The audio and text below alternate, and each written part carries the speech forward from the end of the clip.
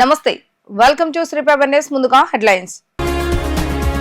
ఇసుక అక్రమ రవాణాకు అడ్డుకట్ట వేసేందుకు కట్టుదిట్టమైన చర్యలు చేపట్టాలని అధికారులను ఆదేశించిన ముఖ్యమంత్రి చంద్రబాబు నాయుడు.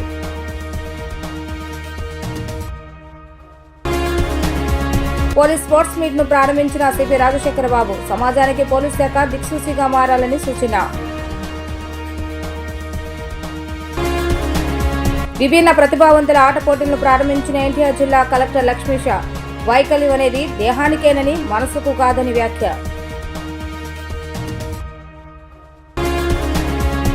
ఇసుక అక్రమ రవాణాకు అడ్డుకట్ట వేసేందుకు కట్టుదిట్టమైన చర్యలు చేపట్టవలసిందిగా సీఎం చంద్రబాబు నాయుడు అధికారులను ఆదేశించారు. నిరంతరం సర్వేలెన్స్ కెమెరాలతో అంతరాష్ట్ర చెక్ పోస్టుల ద్వారా పొరుగు రాష్ట్రాలకు ఇసుక తరలిపోకుండా చూడవలసిందిగా స్పష్టం చేశారు. ఇసుక సరఫరాపై ప్రజల నుంచి మరిన్ని వివరాలు తెలుసుకునేలా ఆర్టీజీఎస్ ద్వారా ఐవీఆర్ఎస్ ను కాల్ చేయవలసిందిగా ఆదేశించారు. రాష్ట్రంలో ఇసుక డిమాండ్ పెరుగుతున్న దృష్ట్యా సరఫరా పెంచవలసిందిగా సీఎం చంద్రబాబు నాయుడు అధికారులను ఆదేశించారు.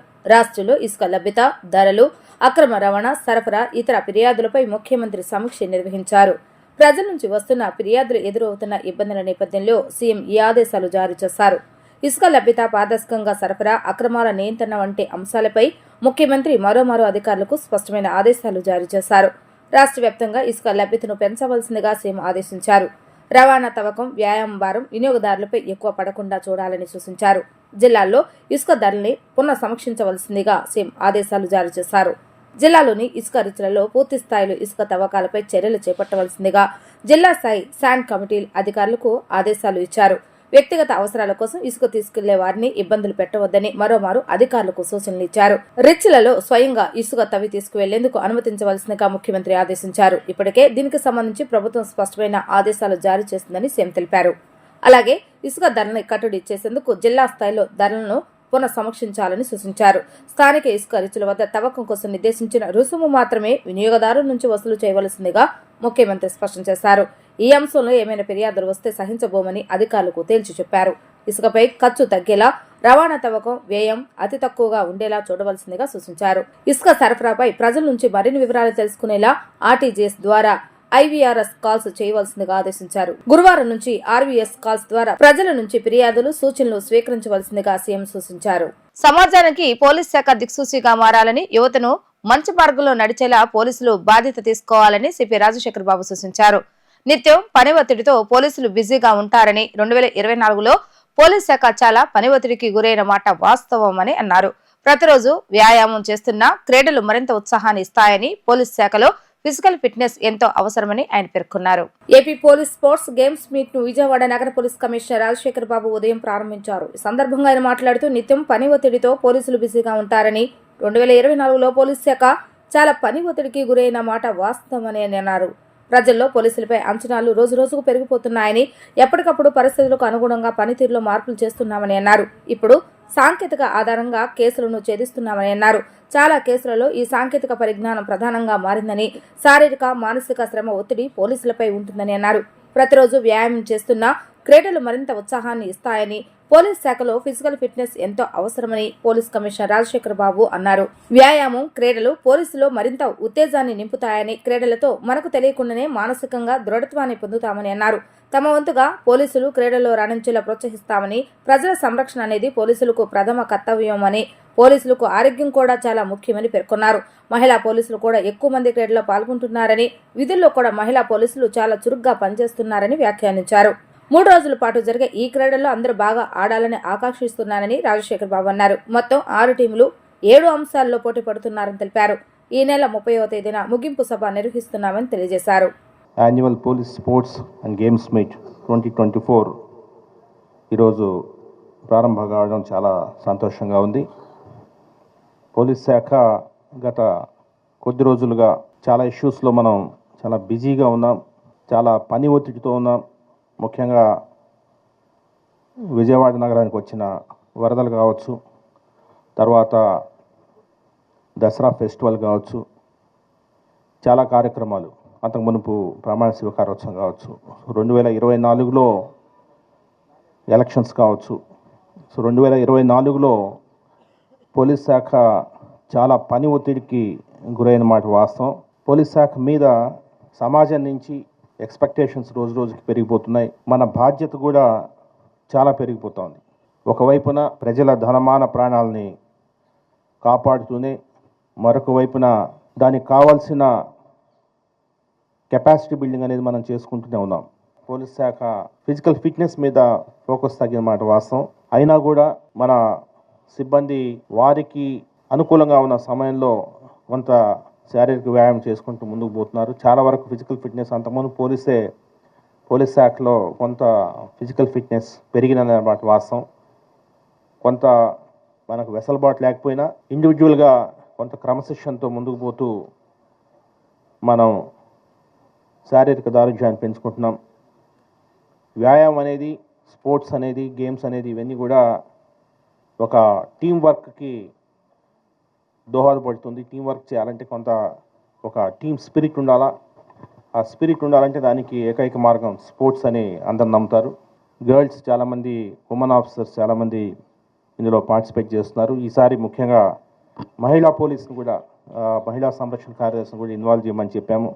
వారు కూడా ఈసారి కొంత ఈ స్పోర్ట్స్ అండ్ గేమ్స్లో పాల్గొనడం చాలా ముదావహం. ఎందుకంటే వీటిని సపరేట్ క్యాడర్ కాకుండా పోలీస్ శాఖలో మీరు కూడా అంతర్భాగం అన్న స్పృహ వారికి రావాలి, మనకు ఉండాలి. ఎందుకంటే కలిసి పనిచేస్తున్నాం కాబట్టి ఖచ్చితంగా వాళ్ళ సర్వీసెస్ కూడా మనం ప్రజాసేవలో ఉపయోగించుకోవాల్సిన అవసరం ఉంది. కాబట్టి ఈసారి వారిని కూడా ఇందులో భాగస్వాములు చేసి ముందుకు పోతున్నాము.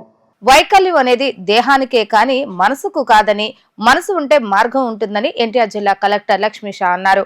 విభిన్న ప్రతిభావంతులకు తగిన ప్రోత్సాహాన్ని అందిస్తే వారు సత్తా చాటుతారని తెలిపారు. బలమైన లక్ష్యం, పట్టుదల ఉంటే సాధించలేనిది ఏదీ ఉండదని చెప్పారు. ఒలింపిక్స్, కామన్వెల్త్ గేమ్స్ లో పథకాలు సాధిస్తారని అన్నారు. యూపీఎస్ పరీక్షలో సైతం ర్యాంకులు సాధించి కలెక్టర్లుగా ప్రజలకు సేవలు అందిస్తున్న వారు కూడా ఉన్నారని అన్నారు. అంతర్జాతీయ విభిన్న ప్రతిభావంతుల దినోత్సవాన్ని పురస్కరించుకుని విభిన్న ప్రతిభావంతుల హిజ్రాల వయోవృద్ధుల సంక్షేమ శాఖ ఎన్టీఆర్ జిల్లా ఆధ్వర్యంలో నగరంలోని ఇందిరాగాంధీ మున్సిపల్ స్టేడియంలో ఎన్టీఆర్ కృష్ణా జిల్లాలోని విభిన్న ప్రతిభావంతులకు ఆటల పోటీలు నిర్వహించారు. ఈ పోటీలను జిల్లా కలెక్టర్ లక్ష్మీ షా ప్రారంభించారు. వివిధ పాఠశాలల నుంచి వచ్చిన విభిన్న ప్రతిభావంతులను కలెక్టర్ పరిచయం చేసుకున్నారు. అనంతరం జాతీయ పతాకాన్ని ఆవిష్కరించారు. క్రీడా పోటీలను జెండా ఊపి ప్రారంభించిన అనంతరం ఆయన మాట్లాడుతూ విభిన్న ప్రతిభావంతులకు తగిన ప్రోత్సాహాన్ని అందిస్తే వారికి ఆసక్తి ఉన్న రంగాల్లో రాణిస్తారని అన్నారు. ఒలింపిక్స్, కామన్వెల్త్ గేమ్స్ లోనే కాకుండా పోటీ పరీక్షలోనూ సత్తా చాటి ఐఏఎస్ అధికారులుగా ప్రజలకు సేవలు అందిస్తున్నారని అన్నారు. విభిన్న ప్రతిభావంతులపై జాలి దయ చూపించడం కాదని, వారికి తగిన అవకాశాలు ఇవ్వాలని అన్నారు. విభిన్న ప్రతిభావంతులు ఉన్న ప్రతిభను గుర్తించి ప్రోత్సహించేందుకు రాష్ట్ర ప్రభుత్వం విభిన్న ప్రతిభావంతుల సంక్షేమ శాఖ పోటీలు నిర్వహిస్తుందని చెప్పారు. స్వచ్ఛంద సంస్థలు కూడా ఇందులో భాగస్వాములు అవుతాయని తెలిపారు. ఆ విభిన్న ప్రతిభావంతుల దినోత్సవం పురస్కరించుకొని ఈరోజు ఎన్టీఆర్ జిల్లాలో ఆటపోటీలు నిర్వహించడం జరుగుతూ ఉంది. చాలామంది ఆ చిన్నారులు ఎంతో ఉత్సాహంగా వచ్చి పాల్గొంటున్నారు. చూడడానికి చాలా ఆనందంగా ఉంది. సో వాళ్ళకి కావాల్సింది మర్సీ కాదు, సో వాళ్ళకి సపోర్ట్ సిస్టమ్ కావాలి. ఆ సపోర్ట్ సిస్టమ్ మన జిల్లాలో ప్రభుత్వ ఆదేశాల మేరకు సో పాజిటివ్గా ఎక్స్టెండ్ చేస్తాము. దీనికి ఈ ఒక ఎఫర్ట్స్లో ఎంతోమంది సంఘ సంస్థలు, ఎన్జిఓస్ స్వచ్ఛందంగా సేవ చేస్తున్నారు. వాళ్ళందరికీ సందర్భంగా అభినందనలు తెలియజేస్తున్నాను. సో అలాగే ప్రతి ఒక్కరికి నా విన్నపం ఏంటంటే please support everyone so who are in need of your support. So వాళ్ళకి మంచి అవకాశాలు ఇవ్వండి. ఎక్కడ డిస్క్రిమినేషన్ అటువంటి చూపించకుండా ప్రతి ఒక్కరికి సమాన అవకాశం ఉండేలాగా చూసుకొని, ఎక్స్పెషల్లీ మన డిపార్ట్మెంట్ ఏదైతే సో అమలు చేస్తున్నాము పథకాలని, సో వీటిని కూడా ప్రతి ఒక్కరికి అవి అందాలి. సో ఇంకా ఎవరికైనా అందకుండా ఎక్కడైనా ఉంటే so your most welcome. Collectorate ఎప్పుడు వాళ్ళకి వెల్కమ్ చేస్తుంది, ఓపెన్గా ఉంటుంది. వచ్చి నాకే డైరెక్ట్గా అర్జీలో మీరు ఇవ్వచ్చు. కంపల్సరీగా ఇది మీడియా ద్వారా కానీ, మన ఎన్జిఓస్ ద్వారా కానీ, పబ్లిక్ ద్వారా కానీ స్వతంగా వాళ్ళు వచ్చినా కూడా తీసుకుంటాము. కంపల్సరీగా వాళ్ళకి ఎలిజిబిలిటీ బట్టి ఆ పథకాలను కూడా వాళ్ళకి అందచేయడానికి సో కృషి చేస్తామని సందర్భంగా తెలియజేసుకుంటూ ప్రతి ఒక్కరికి ఇంటర్నేషనల్ అంతర్జాతీయ విభిన్న ప్రతిభావంతుల దినోత్సవ శుభాకాంక్షలు తెలియజేస్తున్నాను. ఉద్యోగాల కల్పనే నైపుణ్య గణన అంతిమ లక్ష్యమని విద్యా, ఐటీ, ఎలక్ట్రానిక్స్ శాఖ మంత్రి నారా లోకేష్ అన్నారు. నైపుణ్య గణన సమాచారాన్ని పరిశ్రమలు, సంస్థలకు అందుబాటులోకి తెస్తే అవసరమైన వారిని నియమించుకునే అవకాశం ఉంటుందని అన్నారు. విదేశాల్లో డిమాండ్ ఉన్న కోర్సుల్లో ఓమ్ క్యాంప్ ద్వారా యువతకు శిక్షణ ఇవ్వాలని అధికారులకు సూచించారు. నైపుణ్య గణన, నైపుణ్యాభివృద్ధి ప్రత్యేక ప్రాజెక్టులపై బుధవారం ఉండవల్లి నివాసంలో నిర్వహించిన సమీక్షలో మంత్రి నారా లోకేష్ మాట్లాడారు. గణనతో పాటే యువత విద్యార్థుల అర్హతలకు సంబంధించిన సర్టిఫికెట్లను ఇంటిగ్రేట్ చేయాలన్నారు. దీనివల్ల ఉద్యోగ అవకాశాలు మెరుగవుతాయని అన్నారు. గణన పూర్తయ్యాక జైపాల్ సంస్థ ద్వారా విశ్లేషణను త్వరితగతిన పూర్తి చేయాలని అన్నారు. నైపుణ్య గణన సమాచారాన్ని పరిశ్రమలు, సంస్థలకు అందుబాటులోకి తెస్తే అవసరమైన వారిని నియమించుకునే అవకాశం ఉంటుంది. డేటాను లింక్డ్ ఇన్, నౌకరీ, కామ్, జాన్ ఎక్స్ తదితర సంస్థలకు అనుసంధానిస్తే ఆయా ఏజెన్సీల ద్వారా ఉద్యోగ అవకాశాలు లభిస్తాయని అన్నారు. నేషనల్ అకాడమీ ఆఫ్ కన్స్ట్రక్షన్ ఆధ్వర్యంలో అమరావతిలో సెంటర్ ఫర్ ఎక్సలెన్స్ ఏర్పాటు చేసి నిర్మాణ రంగ కార్మికులకు శిక్షణ కార్యక్రమాలు నిర్వహించాలని అన్నారు. ప్రభుత్వ పాలసీకి అనుగుణంగా అమరావతిలో నైపుణ్య విశ్వవిద్యాలయం ఏర్పాటుకు త్వరితగతిన చర్యలు తీసుకోవాలని లోకేష్ సూచించారు. గణన వివరాలను ప్రాథమిక మదింపు చేసేందుకు ఇన్ఫోసిస్ సంస్థ అంగీకరించిందని మంత్రికి అధికారులు వివరించారు. వివిధ విశ్వవిద్యాలయాల్లోని సెంటర్ ఆఫ్ ఎక్సలెన్స్ ద్వారా శిక్షణ ఇచ్చేందుకు ఐబీఎం, మైక్రోసాఫ్ట్ కంపెనీలు అంగీకరించాయని, నిర్మాణ రంగ కార్మికులకు శిక్షణకు ఎల్ఎన్ సంస్థతో చర్చిస్తున్నామని వివరించారు. బుడమేరు వరదతో డ్యామేజ్ అయిన రోడ్లను తిరిగి నిర్మిస్తున్నామని మంత్రి నారాయణ స్పష్టం చేశారు. జగన్ ప్రభుత్వ నిర్లక్ష్యంతో అమృత్ ప్రాజెక్టు పనులు నిలిచిపోయాయని చెప్పారు. పనులు పూర్తి అయి ఉంటే విజయవాడలో తాగునీరు, డ్రైనేజీ సమస్య పరిష్కారం అయ్యేవని అన్నారు. డ్రైన్స్ లో ఉన్న పూడికను త్వరితగతిన తొలగించాలని ఆదేశాలిచ్చారు.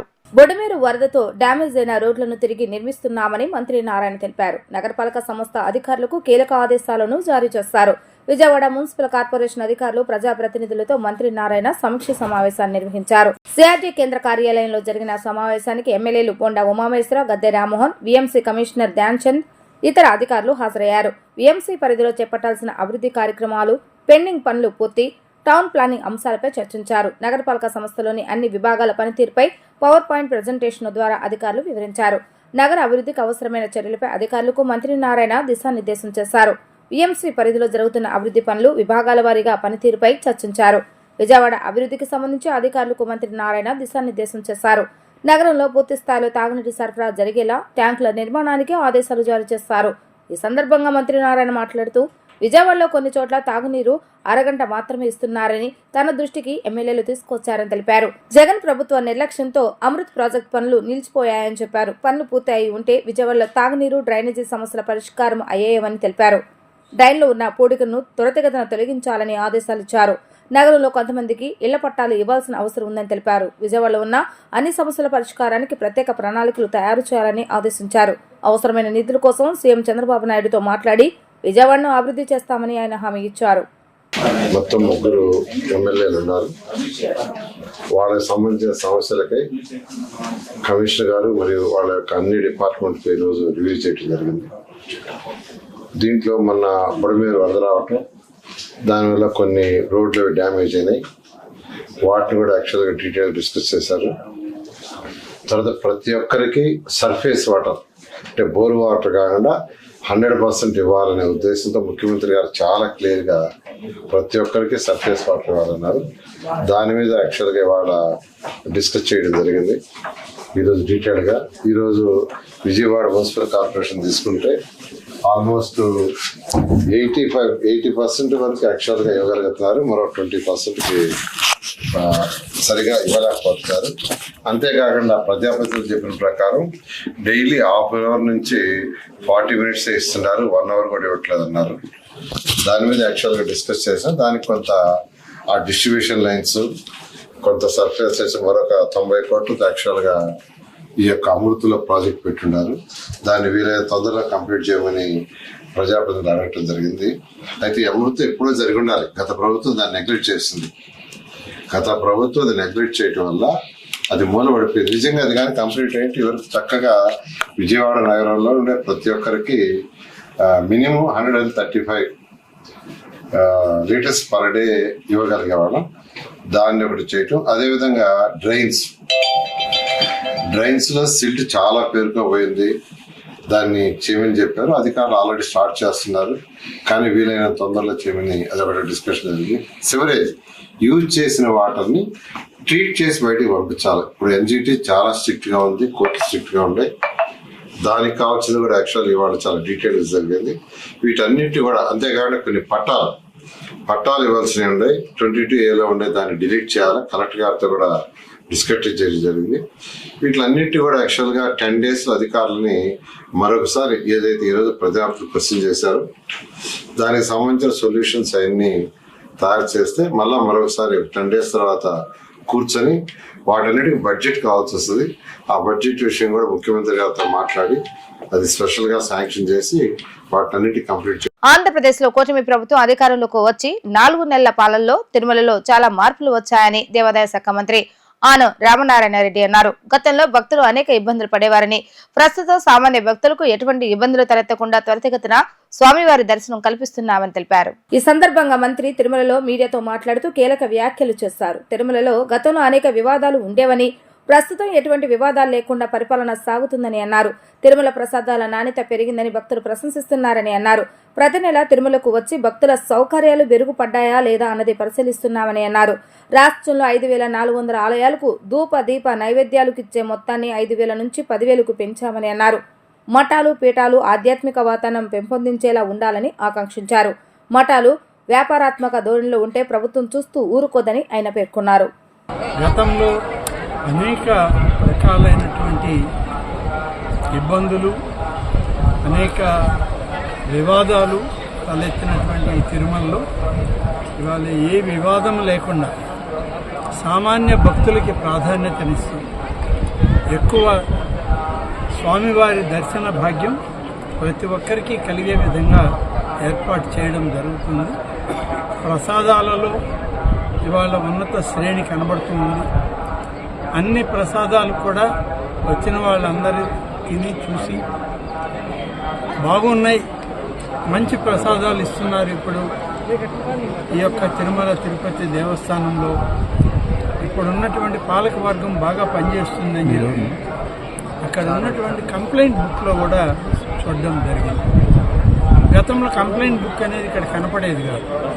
ఇప్పుడు కంప్లైంట్ బుక్ చూస్తే వచ్చిన వాళ్ళు ఎవరికి వాళ్ళుగా, అందులో అడ్వకేట్లు ఉన్నారు, డాక్టర్లు ఉన్నారు, పొలిటీషియన్స్ ఉన్నారు, జడ్జెస్ ఉన్నారు, ఇలా అనేక వర్గాల ప్రజలు అక్కడ జరిగినటువంటి దర్శనం కానీ ప్రసాదాల విషయంలో కానీ బాగున్నాయి అనేటువంటి మాట వాళ్ళు ఆ కంప్లైంట్ బుక్లో రాయడం జరిగింది. కాబట్టి ఇంప్రూవ్ అవుతూ ఉంది. ఇంకా కూడా బాగా జరగాలనేటువంటిది మా రాష్ట్ర ముఖ్యమంత్రి శ్రీ చంద్రబాబు నాయుడు గారి యొక్క అపేక్ష, అభిలాష. స్వామివారికి నిత్య నైవేద్య సేవలో కూడా ఎలాంటి పొరపక్షాలు ఉండకూడదని చెప్పి అందరం కలిసి కృషి చేస్తుంది. కృషి ఫలిస్తుంది. 4 మాసాలకే చాలా మార్పు ఉంది తిరుమలలో. నేను ఈ 4 మాసాల్లో దాదాపు 5 దఫాలు వచ్చి వెళ్ళాను. మొదటి దఫా వచ్చిన దానికి ఇప్పుడు వచ్చిన దానికి చాలా మార్పు ఉంది. భవిష్యత్తులో కూడా ప్రతి మాసం వచ్చి ఎప్పటికప్పుడు మెరుగుపడుతుందా లేదా, ఇంకా క్వాలిటీ, ఇంకా అన్ని రకాలుగా దర్శనాలు కానీ, క్యూ లైన్లు కానీ, వచ్చేటువంటి భక్తులకి ఏర్పాట్ల విషయంలో కానీ అన్ని కూడా పరీక్షించడం జరుగుతుంది. జిల్లా కలెక్టర్ల సదస్సు నిర్వహణకు షెడ్యూల్ ఖరారైంది. అమరావతి సచివాలయంలో డిసెంబర్ 3, 4 తేదీలో ఈ సమావేశాలు నిర్వహించనున్నారు. ప్రజా సంక్షేమం, రాష్ట్ర అభివృద్ధి, 100 రోజుల పాలన లక్ష్యాలు, తొలి కలెక్టర్ల సమావేశంలో ఇచ్చిన అజెండా అమలు తదితర అంశాలపై కలెక్టర్లతో ప్రభుత్వం చర్చించనుంది. ఇసుక, సహజ వనరులు, భూ కుంభకోణాలు, శ్వేతపత్రాల విడుదల అనంతరం అందులోని అంశాలపై జిల్లాల వారీగా కలెక్టర్లు తీసుకున్న నిర్ణయాలు, భూ రికార్డుల పునఃపరిశీలన, నూతన పరిశ్రమల ఏర్పాటు, గంజాయి, ఇతర మాదక ద్రవ్యాల కట్టడి, శాంతి భద్రతలు, సోషల్ మీడియాలో సైకోల అరాచకం, వ్యవసాయం, నీటిపారుదల తదితర అంశాలపైన చర్చిస్తారు. రాష్ట్రంలో మారిన వాతావరణ పరిస్థితుల్లో చేతికొచ్చిన పంటను అమ్ముకోలేమనే భయంతో రైతులు ఉన్నారని పౌర సరఫరాల శాఖ మంత్రి నాదెండ్ల మనోహర్ అన్నారు. రైతులు ధాన్యం కొనుగోలు విషయంలో భయపడవలసిన పని లేదని హామీ ఇచ్చారు. తేమ శాతం పెంచామని, ధాన్యం కొన్న 24 గంటల్లోనే రైతుల ఖాతాలో డబ్బులు వేస్తున్నామని ఆయన తెలిపారు.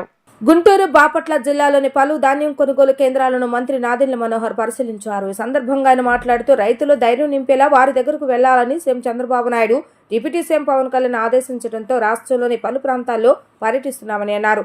17% మించి తేమ ఉంటే ధాన్యం కొనక రైతులు ఇబ్బందులు పడుతున్నారన్న సమాచారంతో వాటిలో మార్పు చేస్తామన్నారు. కోస్తా ప్రాంతంలోని 5 జిల్లాల్లో ధాన్యంలో 24 నుంచి 25 తేమ శాతం ఉన్న కొనుగోలు చేయాలని ఆదేశాలు ఇచ్చామన్నారు.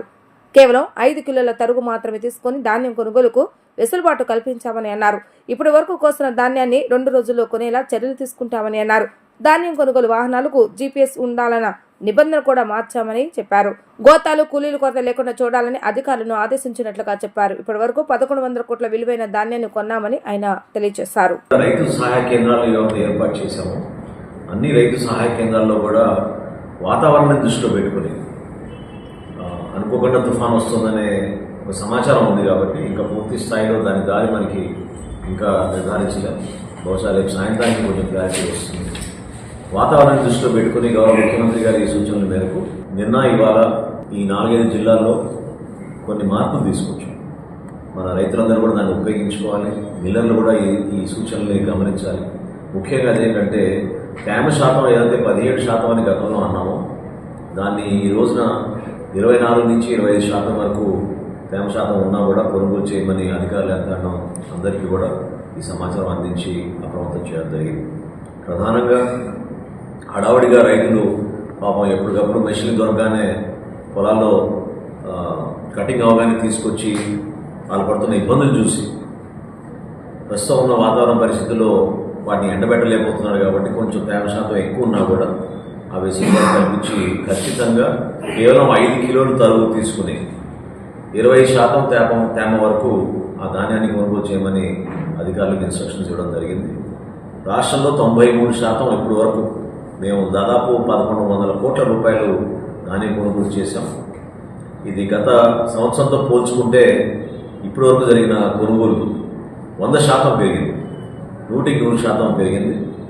రైతులందరూ కూడా మేము చెప్పేది ఏంటంటే దయచేసి మీరు ఈ రైతు సహాయ కేంద్రాల్లో ప్రభుత్వానికే మీరు మీ ధాన్యం అమ్మే విధంగా మీరు కొంచెం ఆలోచించుకుని చేయాలి.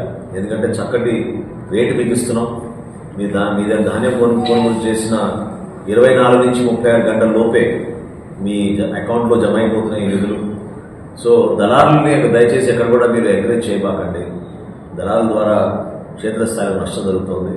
రైస్ మిల్లర్లు కూడా మేము ఏం చెప్పామంటే లారీలు, ట్రాక్టర్లు, అదేవిధంగా గోతాలు వీటి విషయంలో ఎక్కడ కూడా పొరపాటు లేకుండా స్థానికంగా ఉన్న తహసీల్దారులు, జాయింట్ కలెక్టర్లు వీళ్ళందరూ కూడా బాధ్యత తీసుకుని ఎట్టి పరిస్థితుల్లో ధాన్యం కొనుగోలు ఎల్లుండి కల్లా పూర్తయ్యే విధంగా ఒక వెసులుబాటు కల్పించాం. ఎక్కడైతే జీపీఎస్ సిస్టమ్ మేము ఏర్పాటు చేసాం అంటే గతంలో మేము ఒక ట్రాక్టర్ కానీ ఒక లారీ కానీ కంపల్సరీగా జీపీఎస్ డివైస్ ఒకటి ఏర్పాటు చేసాం. తద్వారా మాకు తెలిసేది ఏ మిల్లుకి ఎంత ఉంది, ఎంతసేపు అవుతుంది, ఆ నిబంధన కూడా తొలగించేసాం. జీపీఎస్ లేకుండా కూడా ట్రాక్టర్ కానివ్వండి, లారీ కానివ్వండి మన ప్రాంతాల్లో ఈ 5 జిల్లాల్లో, కోస్తా జిల్లాల్లో ఎక్కడైనా సరే మీరు ఇమీడియట్గా అక్కడ ఉన్న రవాణా ఇబ్బందులు ఉన్నాయి కాబట్టి ఎక్కడైతే మీకు సరుకుందో రోడ్లపైన మీరు ఆరేసుకున్నారో ఇమీడియట్గా రవాణా చేసే విధంగా వ్యవసాయ శాఖ అధికారులకు, రెవెన్యూ అధికారులకు, అదేవిధంగా పౌర సరఫరాల అధికారులకు నిన్న ఇవాళ మేము ఆ విధంగా ఈ నిబంధనలు తొలగించి వారికి అందించడం జరిగింది. మాజీ ముఖ్యమంత్రి జగన్మోహన్ రెడ్డి రాష్ట్రాన్ని ఖాళీ చెక్కుల అదానికి రాసి ఇచ్చారని ఏపీసీసీ అధ్యక్షులు వైఎస్ షర్మిలారెడ్డి విమర్శించారు. ఆంధ్రప్రదేశ్ ను ఆదాని ప్రదేశంగా మార్చేస్తారని మండిపడ్డారు. 1750 కోట్ల ముడుపులు చేతులు మారినట్లుగా ఆధారాలతో సహా వ్యవహారం బయటకొస్తే జగన్ ఇప్పటి వరకు ఎందుకు నోరు విప్పటం లేదని ఆమె ప్రశ్నించారు. రాజ్భవన్ కు షర్మిలా నేతృత్వంలోని కాంగ్రెస్ పార్టీ నాయకుల బృందం వెళ్లి గవర్నర్ అబ్దుల్ నజీర్ కు జగన్ హామీలో జరిగిన విద్యుత్ ఒప్పందాన్ని రద్దు చేయాలని కోరుతూ వినతి పత్రాన్ని అందజేశారు. ఈ సందర్భంగా షర్మిల మాట్లాడుతూ ఈ ఒప్పందం వల్ల రాష్ట్రానికి తీవ్రంగా నష్టం జరుగుతుందని, ప్రజలపై భారం పడుతుందని ఫిర్యాదు చేశారు. ఈ ఒప్పందం కోసం రాష్ట్ర ప్రజలను తాకట్టు పెట్టారని పేర్కొన్నారు. వచ్చే 25 ఏళ్ల పాటు ఒప్పందం అంటే రాబోయే తరాన్ని కూడా తాకట్టు పెట్టినట్లేనని తమ ఫిర్యాదులో పేర్కొన్నారు. ఇదే శక్తితో అప్పట్లో గుజరాత్ ప్రభుత్వం కేవలం ₹99 ఒప్పందం చేసుకుందని వెల్లడించారు. కానీ ఆంధ్రప్రదేశ్ రాష్ట్రం మాత్రం ₹2.49 చేసుకుందన్నారు. మొత్తానికి యూనిట్కి ₹5 పడుతుందని, ఈ ఒప్పందం కారణంగా ప్రజలపై లక్షల కోట్ల భారం పడుతుందని ఫిర్యాదులో వెల్లడించారు. ఇప్పటికే ప్రజలపై 17,000 కోట్ల సర్దుబాటు ఛార్జీల భారం ఉందని అన్నారు. విద్యుత్ ఒప్పందమే కాకుండా రాష్ట్రంలోని మొత్తం పోర్టులను లంచాల కోసమే జగన్ ఆ ఒప్పందాలపై సంతకాలు పెట్టారన్నారు. జగన్ అవినీతిపరుడు కాకపోతే తన బిడ్డల మీద ప్రమాణం చేయాలని ఆమె డిమాండ్ చేశారు. ఈరోజు కాంగ్రెస్ పార్టీ తరపున మేమందరం గవర్నర్ గారిని కలిసి ఇటీవల బయటపడ్డ అదానీ గ్రీన్ గారి సోలార్ పవర్ డీల్ లో జరిగిన అవినీతి గురించి గవర్నర్ గారికి చెప్పడం జరిగింది. ఈ డీల్ వల్ల ఆంధ్ర రాష్ట్రానికి కూడా నష్టం జరుగుతుంది అని చెప్పడం జరిగింది. కాబట్టి ఈ డీల్ ని స్క్రాప్ చేయాలని అడిగాము. దీని మీద ఎంక్వైరీ జరగాలని అడగడం జరిగింది. ముఖ్యమైన విషయం ఏమిటి అంటే అదానీ గారి ఈ డీలు ఆంధ్ర రాష్ట్రంలో చేసుకున్న ఈ డీల్ వల్ల నష్టపోయేది ఆంధ్ర రాష్ట్రం, ఈ భారం పడబోయేది ఆంధ్ర రాష్ట్ర ప్రజల మీద, కానీ లాభం మాత్రం అదానీ గారికి. ఇది ఎక్కడి న్యాయమని అడుగుతున్నాం. కేవలం అదానీ గారికి లాభం చేకూర్చడానికి చేసిన ఈ డీల్లో ఆంధ్ర రాష్ట్ర ప్రజలను తాకట్టు పెట్టడం జరిగింది. ఇది న్యాయమేనా? అది కూడా ఈ డీలు రాబోయే 25 సంవత్సరాల వరకు ఈ డీలు వర్తిస్తుంది అంటే ఈ తరమే కాదు వచ్చే తరానికి కూడా తాకట్టు పెట్టినట్టు దీని అర్థం కాదా? కేవలం ఒక్క అదానికి మేలు చేయటానికి ఆంధ్ర రాష్ట్రాన్ని, ఆంధ్ర రాష్ట్ర ప్రజలని తాకట్టు పెట్టి వాళ్ళకు నష్టం వచ్చినా పర్వాలేదు అన్న రీతిలో ఆలోచన చేశారు. ఇలాంటి డీలే అదానీ గారి కంపెనీ సెకీ ద్వారా గుజరాత్ ప్రభుత్వం ₹99 కుదుర్చుకుంటే అదే ఆంధ్ర రాష్ట్రం ₹2.49 పవర్ సప్లై అగ్రిమెంట్లు చేసుకున్నారు. ఈ తేడా దాదాపు ₹5 వరకు పడుతుందని, హిడెన్ కాస్ట్లు అన్నీ కలుపుకుంటే ₹2.49 కాదు ₹5 వరకు చేరుతుందని ఒక అంచనా ఉంది. మరి అలాంటప్పుడు ఆంధ్ర రాష్ట్ర ప్రజల మీద పడబోయే ఎలక్ట్రిసిటీ బిల్లు భారం ఎంత? ఎన్ని లక్షల కోట్ల రూపాయలు ఆంధ్ర రాష్ట్ర ప్రజల నెత్తిన మోపపోతున్నారు? మన భారతదేశంలో జరిగిన అవినీతి గురించి మాట్లాడుకుంటుంది అంటే ఇది సిగ్గుచేటు కాదా? మన దేశం పరువు అదానీ గారు తీస్తే రాష్ట్ర పరువు జగన్మోహన్ రెడ్డి గారు తీశారు. ఈరోజు అంతర్జాతీయ స్థాయిలో అదానీ అవినీతి గురించి, జగన్మోహన్ రెడ్డి గారి అవినీతి గురించి, మిగతా ముఖ్యమంత్రుల గురించి, ఎవరైతే డబ్బులు తీసుకున్నారో వీళ్ళ అవినీతి గురించి అంతర్జాతీయ స్థాయిలో మాట్లాడుతున్నారు. మరి ముఖ్యంగా అవినీతి 2100 కోట్లు ఇస్తే 86% అంటే 1750 కోట్ల రూపాయలు అప్పుడు ముఖ్యమంత్రి జగన్మోహన్ రెడ్డి గారికే ఇచ్చామని సాక్ష్యాలు, ఆధారాలతో సహా ఈ ఏజెన్సీలన్నీ అక్కడ అన్ని సేకరించిన తర్వాత ఛార్జ్ షీట్ కూడా ఫైల్ చేసి ట్రయల్కు వాళ్ళు రెడీ అవుతున్నారు. అక్కడేమో ఇంత ఆధారాలు, సాక్ష్యాలు ఉండి వాళ్ళు ట్రయల్ కూడా రెడీ అవుతుంటే ఇక్కడ మనం కనీసం అవినీతి జరిగింది అని మాట్లాడడానికి కూడా కేంద్ర రాష్ట్ర ప్రభుత్వాలు సంకోచిస్తున్నాయంటే ఎందుకు అని అడుగుతున్నాం. వార్తలు ముగించే ముందు హెడ్లైన్స్ మరొకసారి. ఇసుక అక్రమ రవాణాకు అడ్డుకట్ట వేసేందుకు కట్టుదిట్టమైన చర్యలు చేపట్టాలని అధికారులను ఆదేశించిన ముఖ్యమంత్రి చంద్రబాబు నాయుడు.